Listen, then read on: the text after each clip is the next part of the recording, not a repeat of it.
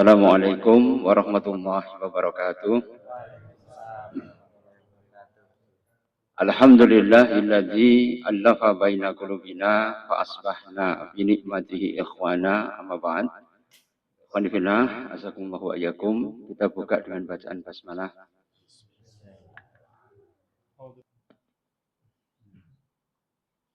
Segala puji kita haturkan kehadirat Allah Subhanahu wa taala. Alhamdulillah sudah mempertemukan kita dalam keadaan sehat walafiat.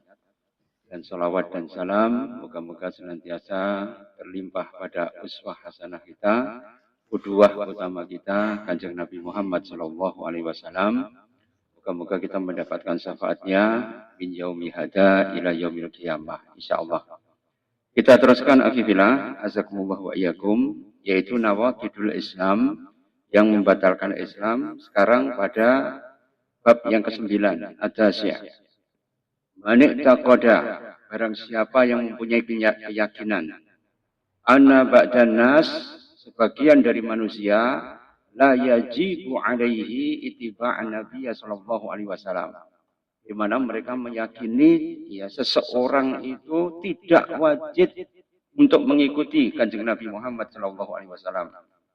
Wa anahu yasa'uhul khuruju an syari'atihi sallallahu alaihi wasallam kama wasi'al Khidir khuruju an syari'ati Musa alaihi salatu wasalam bahwa kafir. Ya mengambil alasan ya dari keleluasaan Khidir keluar dari syariat Nabi Musa ya alaihi salam, yang ketika itu ya kemudian mempunyai syariat sendiri yang itu merupakan ilmu ya min indillah, dari ilmu Allah Subhanahu wa taala.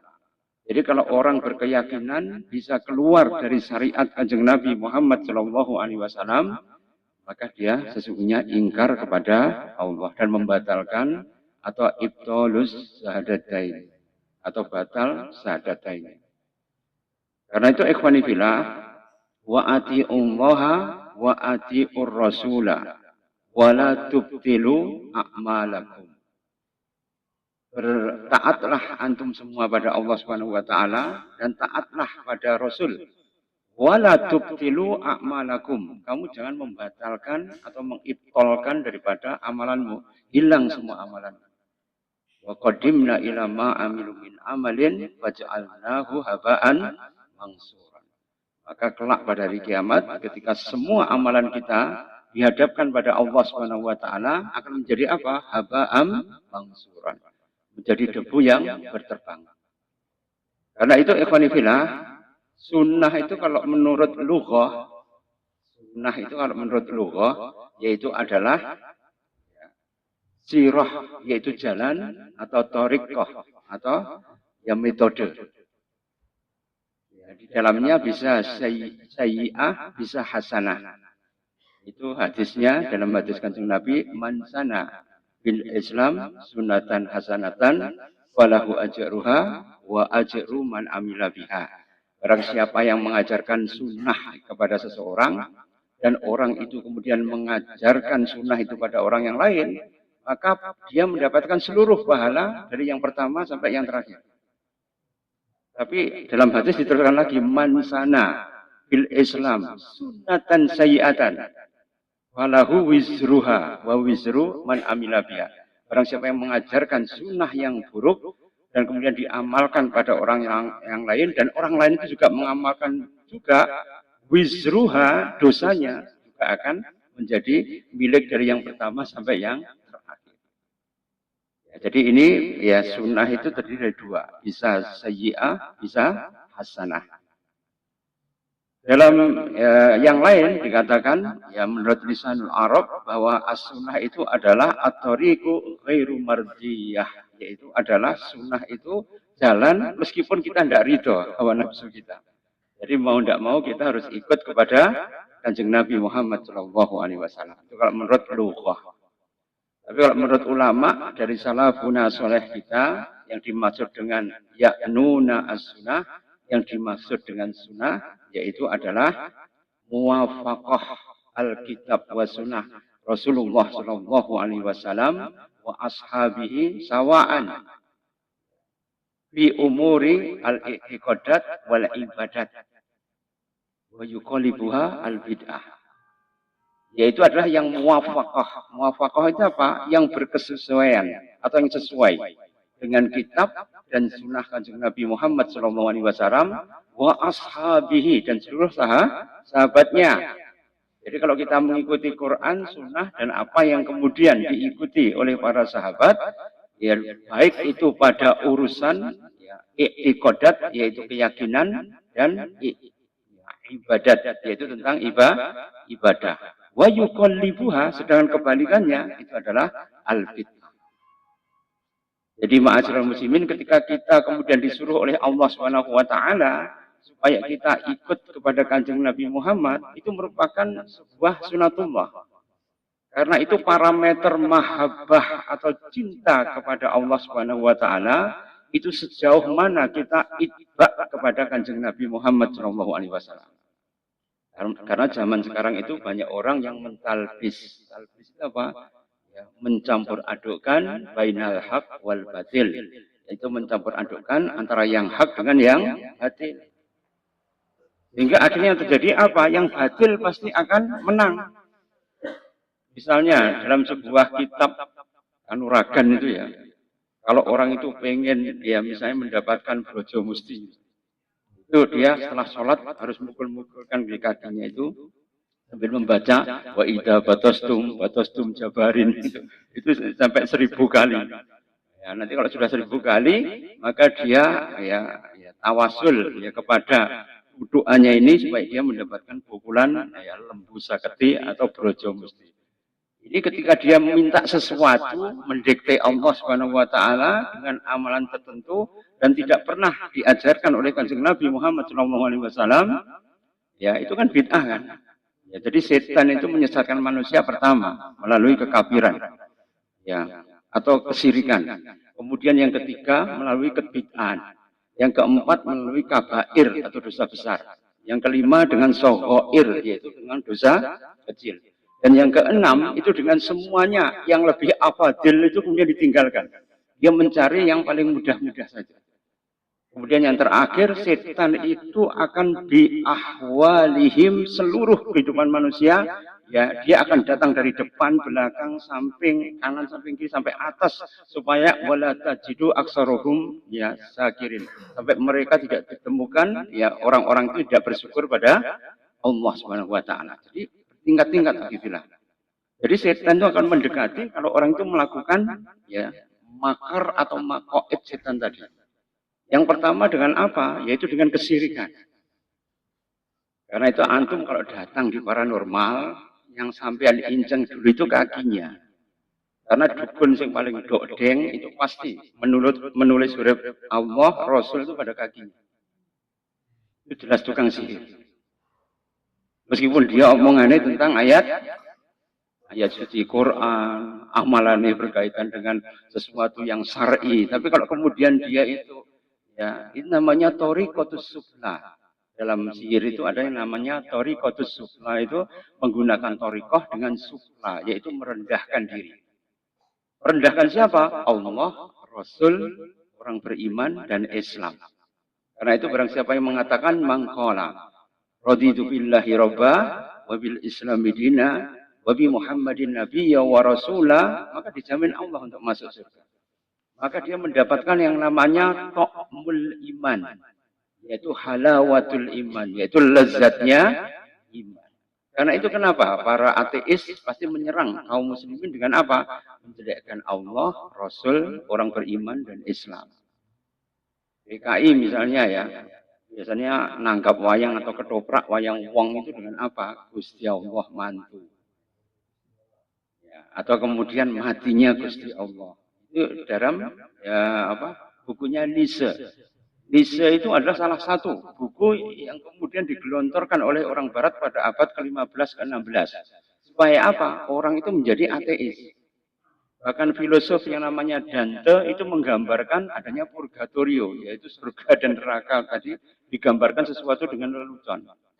Atau kemudian Machiavellis yang itu dalam Il Prince dalam kitabnya itu ya mencuci otak dari orang dunia itu dengan apa? Menghalalkan segala cara. Karena kalau semuanya melanggar ya ghairu mufaqqah, ya tidak sesuai dengan kitab, sunnah, ya dan apa yang ditindakake para sahabat, nah itulah yang nanti akan menyebabkan kita jatuh ke dalam penyimpangan. Dan penyimpangan ini ketika kemudian diadop oleh gerakan Islam, itu mempunyai ijtihad sendiri-sendiri. Karena memang kita diwajibkan untuk ya membentuk ya sebuah kutlah ya atau kelompok, yaitu adalah yang mempunyai sifat ta'muruna bil ma'ruf wa tanhauna 'anil munkar. Wa takum minkum ummatun yad'una ilal khair ya'muruna bil ma'ruf wa yanhauna 'anil munkar wa ulaika humul muflihun. Bagi barang siapa yang mendapatkan falah atau kemenangan di sisi Allah Subhanahu wa taala, maka wa takum minkum ummah, maka bentuklah dari sebagian umat itu sebuah kelompok. Yang tugasnya apa? Yaitu ta'muruna bil ma'ruf. Mereka menyeru kepada yang ma'ruf. Wa tanhauna 'anil munkar, dan mencegah kepada kemungkaran. Ulaika humul muflihun. Maka mereka lah yang mendapatkan falah atau kemenangan. Hampir semuanya gerakan Islam mengadop ayat ini. Supaya apa? Ya menyeru kepada anggotanya untuk senantiasa bisa amar ma'ruf dan nahyu anil munkar. Tapi ketika kemudian sampai kepada masyarakat, ternyata caranya itu kemudian berbeda-beda. Karena itu kita harus kembali kepada salafun soleh kita. Suatu saat Imam Ahmad itu ditanya oleh seorang, ya wahai Imam, bolehkah aku menegur kamu dengan keras? Maka Imam Ahmad mengatakan, boleh-boleh saja. Boleh-boleh saja menegur dengan keras, tapi antum harus ingat bahwa saya tidak sejelek Fir'aun dan jenengan tidak sebaik Musa. Kenapa? Karena ketika Allah idhab ila fir'auna innahu tagha, pergilah kamu kepada Fir'aun, sesungguhnya dia sewenang-wenang. Apa yang dikatakan Allah kepada Nabi Musa dan Harun? Lalahu qaulan hayyinan. Maka antum harus berkata kepada Fir'aun itu dengan apa? Qaulan hayyinan, dengan kata-kata yang lemah lembut. Tapi ternyata kan dalam prakteknya enggak kan? Ambek non muslim lemah lembut, tapi ambek ya dulure dhewe ya pengkerengan kan gitu. Sehingga akhirnya apa? Ya menyebabkan sering terjadinya tanazuk. Tanazuk itu apa? Saling berkonflik antara satu dengan yang lain. Ya, karena itu ikhwanifillah, ketika kita berada di dalam masyarakat dengan seluruh gelombang yang luar biasa, maka kita harus sabar untuk membenahi satu demi satu. Bayangkan Jepang ketika setelah bom Hiroshima dan Nagasaki, maka Kaisar Hirohito itu langsung ya mengumpulkan 45.000 guru itu untuk kemudian diberikan ya subsidi ya dan ya fasilitas yang layak untuk apa? Mendidik supaya bangsa Jepang itu bisa bangkit lagi. Ya, dalam hitungan ya puluhan tahun, tapi beberapa tahun saja Jepang itu sudah menjadi ya, monster ekonomi di dunia. Sampai kemudian ada, mungkin antum tahu ya, Honda, Toyota. Coba Honda itu hampir semua motor namanya Honda semua. Gimana motor antum itu Suzuki, no? Hondamu pakai nanti, no? Jadi semuanya disebut sebagai Honda. Kan apa? Sudah kawong. Itu Jepang dari bangkrut, tidak ada apa-apanya, ya dengan guru yang luar biasa, maka kemudian bisa mendidik. Jadi intinya apa? Perubahan itu dengan tarbiyah. Perubahan itu dengan pendidikan. Perubahan itu dengan asupan taswidul ulum. Membekali para generasi muda itu dengan taswidul ulum. Coba antum bayangkan ya. Mas Hamzah kan punya MBG ya. Kalau gaji dari pemerintah itu MBG sopir itu bisa 3 juta per bulan.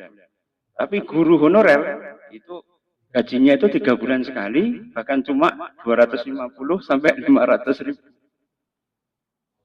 Bayangkan kira-kira ya nyocoknya apa enggak? Ini Vietnam, ya Vietnam itu untuk menuju negara mereka itu mandiri secara pendidikan 2045 itu gajinya guru yang paling rendah di Vietnam itu cuma 19 juta. Paling rendah. Kira-kira Vietnam sampai Indonesia itu merdekanya duluan mana? Oh, Indonesia. Vietnam baru merdeka tahun berapa? 75 setelah perang Vietnam. Perubahan Rambo itu kan diturunkan kan 75. Nanti menang itu kemudian dia Hun Sen itu menguasai Vietnam itu tahun 80-an baru mulai start. Bahkan ketika saya masih mahasiswa, banyak mahasiswa Vietnam itu yang disekolahkan. Saya keluar itu dia baru disekolahkan. Tapi sekarang dia sudah mempunyai penelitian sendiri, dokter yang sudah mandiri, kemudian seluruh universitasnya dianggap dia tidak mampu, langsung kemudian diberedel. Tidak boleh ya. Kemudian ya universitas itu didirikan. Yang mempunyai ya kompetensi yang bagus. Nah, kita malah punya Universitas Pasar Pramuka. Kalau kemudian pengen apa itu, pengen ijazah, ya tinggal nawar saja, bisa beli berapa. Jadi ma'asyiral muslimin terjadi ketimpangan yang luar biasa. Ini Vietnam kemudian setelah pengen tahun 2045 itu semuanya mandiri dan menjadi mercusuar ilmu sains yang berada di Asia, maka dia kemudian mengupgrade ya supaya kemudian gaji guru dari 19 juta itu menjadi 32 juta. Yang terpencil itu 38 juta. Awak dhewe terpencil pondak pancet. Ya, bahkan gaji itu kadang-kadang dibayar ya setelah 3 bulan. Kok Pak Fakih paham ya tentang guru-guru itu ya. Jadi hampir semuanya seperti itu, ma'asyiral muslimin. Jadi ketika kita melihat tadi perubahan, karena itu kenapa? Ketika dakwah Rasulullah itu duitnya akeh, memang dakwah itu juga banyak. Seorang ulama namanya Robi itu ditinggal jihad oleh abinya sampai hampir 30 tahun, itu dibekali ibundanya itu dengan berapa? Uang 30.000 dinar. 1 dinar sama dengan 5 juta. 5 juta kali 30.000 dinar kira-kira berapa? Kan sudah puluhan M, ya Banda? Itu bekalnya Robi, ya, supaya apa? Supaya dia bisa menjadi ulama Medina. Ketika abahnya itu datang setelah jihad dari peperangan, ya, dia sembodo, ninggalnya itu bukan kemudian ya meninggalkan dengan tangan, ditinggali dengan ya uang. Supaya apa? Pendidikan anak itu benar-benar terjamin. Karena itu ikhwani fillah, azakumullah wa iyyakum, maka kita harus kemudian itu waqi'iyah. Jadi sifat daripada tarbiyah yaitu adalah waqi'iyah, sesuai dengan kenyataan. Sehingga ya Islam itu memprioritaskan dari Baitul Mal itu untuk apa? Ya untuk taklim, tarbiyah, takwin, supaya apa? Mereka bisa tanfid menjadi ulama yang bisa berkiprah di dalam masyarakat. Karena itu ketika Umar bin Khattab membuka Taurat, ya, maka apa yang dikatakan oleh Rasulullah? Wallahi ya Umar, fa innahu ji'tukum biha, ya, sesungguhnya telah datang pada kamu agama yang apa? Baydho an-naqiyah. Itu agama yang baydho, putih cemerlang. Naqiyah, yang kemudian cetha welo-welo. Lailuha kannahariha. Yaitu ya malamnya itu seperti siang, jadi tidak ada terhijab sama sekali. Wallahi ya Musa, wallahi ya Umar, lau kana Musa hayyan baina adhurikum wa la wasa'aha illa ayyatabi'an. Wahai Umar, andaikan Musa itu hidup pada zaman sekarang, maka tidak wajib bagi ya Musa kecuali ayat tabi'an, kecuali harus ikut kepada Kanjeng Nabi Muhammad SAW. Jadi sumber talak itu satu, yaitu dari apa? Muwafaqah li kitabillah wa sunnati Rasulillah. Ini kemudian dijabarkan oleh para sahabat. Kemudian kalau kita mengambil hadis yang lain, dijabarkan pada tabi'in, kemudian dijabarkan lagi pada tabi'in. Hadisnya apa? Khairul kurun korni. Sebaik-baiknya kurun adalah kurun Kanjeng Nabi. Sumaladina yalunahum, kemudian para tabi'in. Sumaladina yalunahum, kemudian para tabi'in. Itu yang kita ambil. Sehingga kalau kita kemudian deadlock pada zaman Kanjeng Nabi tidak ada, kita kemudian mencari ya hujah atau argumentasi itu pada tabi'in. Tabi'in tidak ada, baru tabi'in para imam mazhab. Nah sekarang itu ini ya perbedaan mazhab itu malah dijadikan titik perselisihan. Dan itulah nanti akan tidak selesai ma'asyiral muslimin. Sehingga kaum muslimin itu musuhnya cuma satu, yaitu apa? Perpecahan. Karena itu ya ayyuhalladzina amanu idza laqitum fi'atan fasbutu wadhkurullaha katsiran la'allakum tuflihun. Wahai orang-orang yang beriman, kalau kamu berhadapan dengan musuh idza laqitum fi'atan fasbutu, maka kamu harus sabar, kokoh, istiqomah, enggak noleh kanan, enggak noleh ke kiri.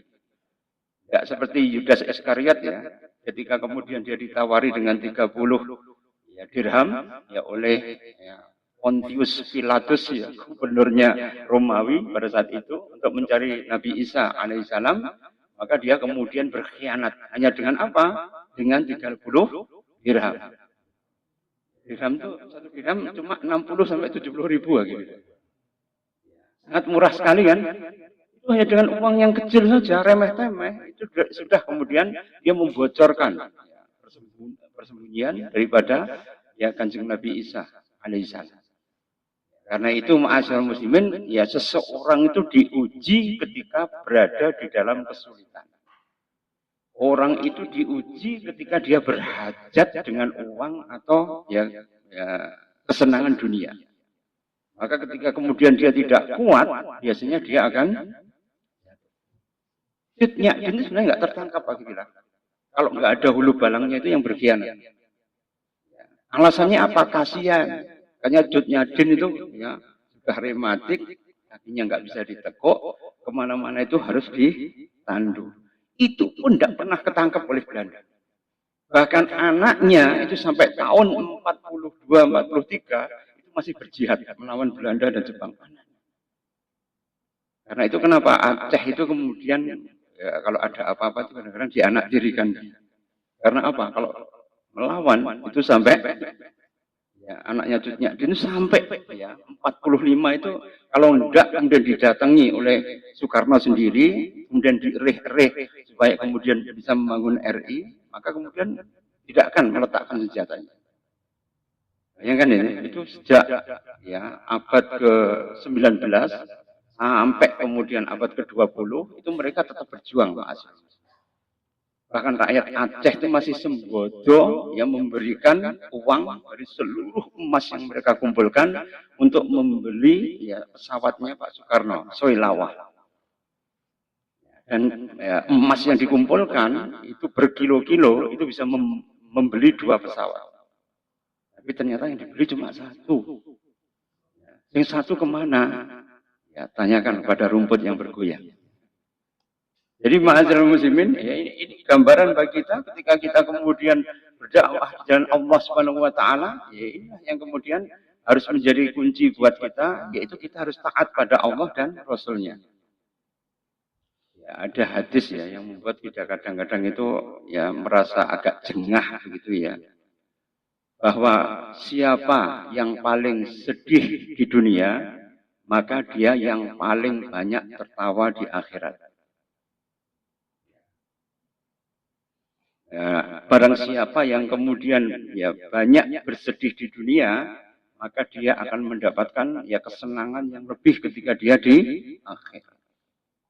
Maka dikatakan ya wa akhlasuhum bidin, maka orang yang paling ikhlas pada waktu itu yaitu adalah yang tafakkaru ala dunia. Mereka yang senantiasa memikirkan dunia. Untuk apa? Supaya mereka itu kemudian tidak jatuh kepada kesedihan. Jadi otak itu harus dipikir. Karena itu orang yang stroke, orang yang kemudian penyakitnya itu kemudian kronis. Karena apa? Pikirnya berkaitan dengan ya, dunia itu bukan sebagai mazra'atul akhirah, tapi dunia itu menjadi tujuan hidup. Kan harus mazra'ah. Mazra'ah itu apa? Ladang. Mazra'ah itu apa? Yaitu adalah sawah. Supaya apa? Supaya kita bisa ya panen, ya kelak pada hari kiamat. Dan itu diperlukan yang namanya apa? Keletihan, kesedihan, kesusahan. Karena itu Allah memberikan jalan keluar daripada susah nganggur, ya lebih baik susah di jalan dakwah. Paham ini ya? Karena nanti akan mengkonversi susah antum di dunia itu menjadi susah di jalan dakwah. Karena itu kalau antum ya berdakwah, kok antum bahagia disambut dengan sorak gembira, kok kemudian orang itu seneng kabeh pada antum, berarti antum keliru jalan. Antum harus belok ke belakang lagi, itu keliru jalan asli. Jadi dakwah itu ketika antum ngomong mesti kemudian enek sih nggak seneng. Ya benda. Ketika ampun menyampaikan itu masih ada orang yang kemudian nyeregoli nih orang bahasa Jawa. Kalau kita kemudian menyampaikan mesti ada banyak orang yang kemudian tidak senang. Kalau antum menemui yang demikian berarti itu dakwah wis bener. Tapi kalau bertabur bunga di mana-mana kemudian disambut oleh banyak orang, kok kemudian ya antum itu disanjung-sanjung, bahkan kemudian disalami para cewek, gimana disalami ceweknya antri. Ya ada karpet merah, ya penuh dengan tetaburan bunga, ya semuanya serba ngejreng. Hati-hati, antum berarti noleh ke belakang. Ini jalannya wis bener apa tuh? Jangan-jangan nanti jalannya itu keliru. Pak Juanda ya, itu tokoh Muhammadiyah juga. Yaitu menjadi menteri PU itu 3 kali. Menteri PU 3 kali, pekerjaan umum kita kira ya isombadi berapa itu kalau zaman sekarang? Enggak. Tapi ketika beliau pensiun, ya itu mengembalikan mobil dinasnya. Dan beliau tidak punya rumah sama sekali. Rumahnya ngontrak.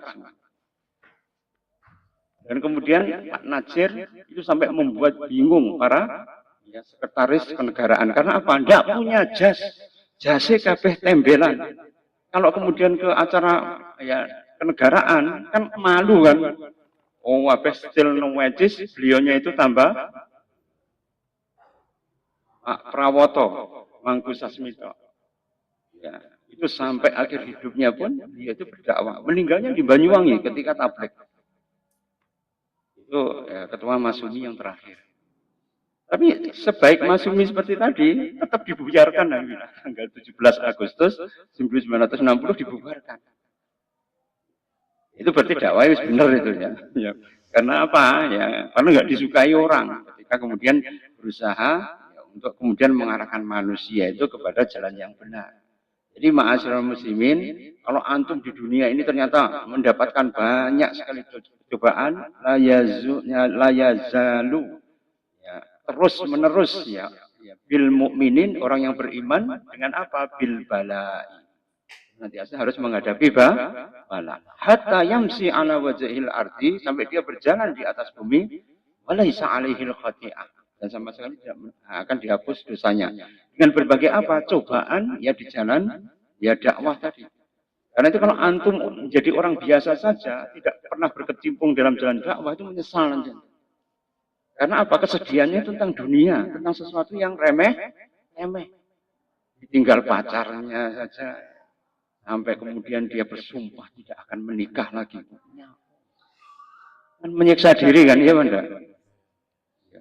Ini ada tetangga saya itu gara-gara ditolak cintanya, sampai umur 90 tahun ini tidak gelem rapi.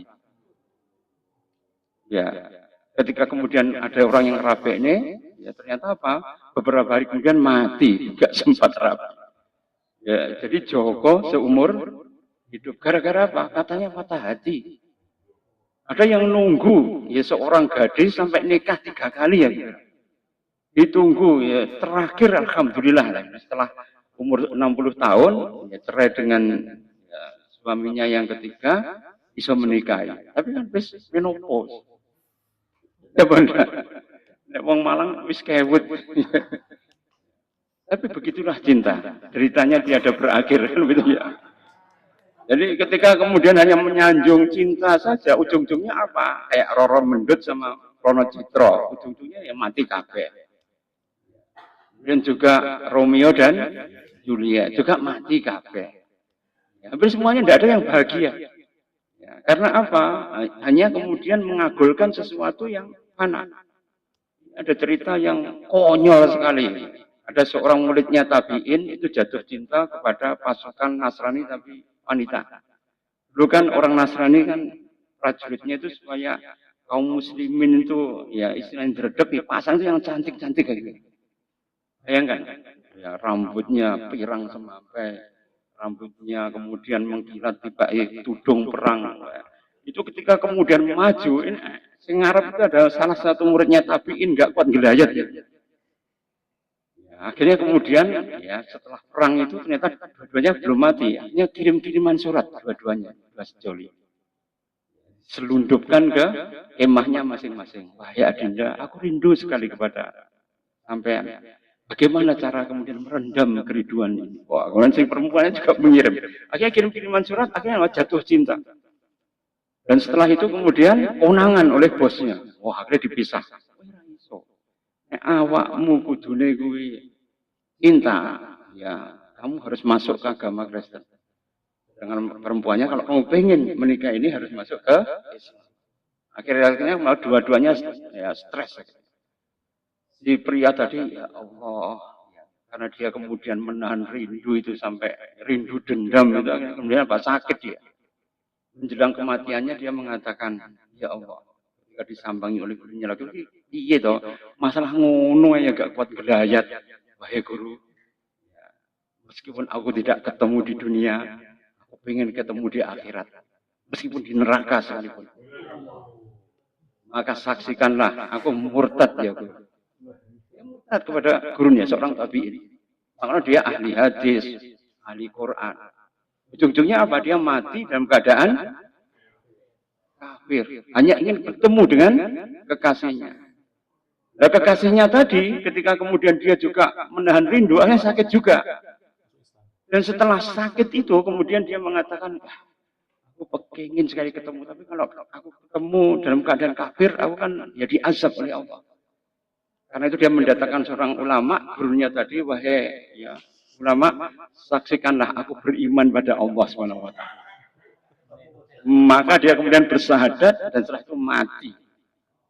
Ya, maka cinta itu tidak bertemu meskipun di akhirat. Ya, Pak? Itu kan konyol sekali, tapi ceritanya ada.